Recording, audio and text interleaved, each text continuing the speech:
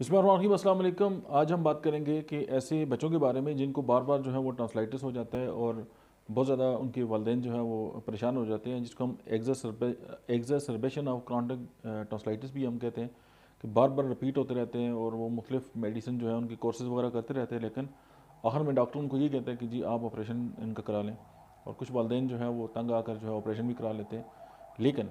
आपके पास इसका एक बहुत ज़बरदस्त हल मौजूद है और वो होम्योपैथिक मेडिसिन की शक्ल में। होम्योपैथी की जो मेडिसिन है ब्राइटा कार्ब,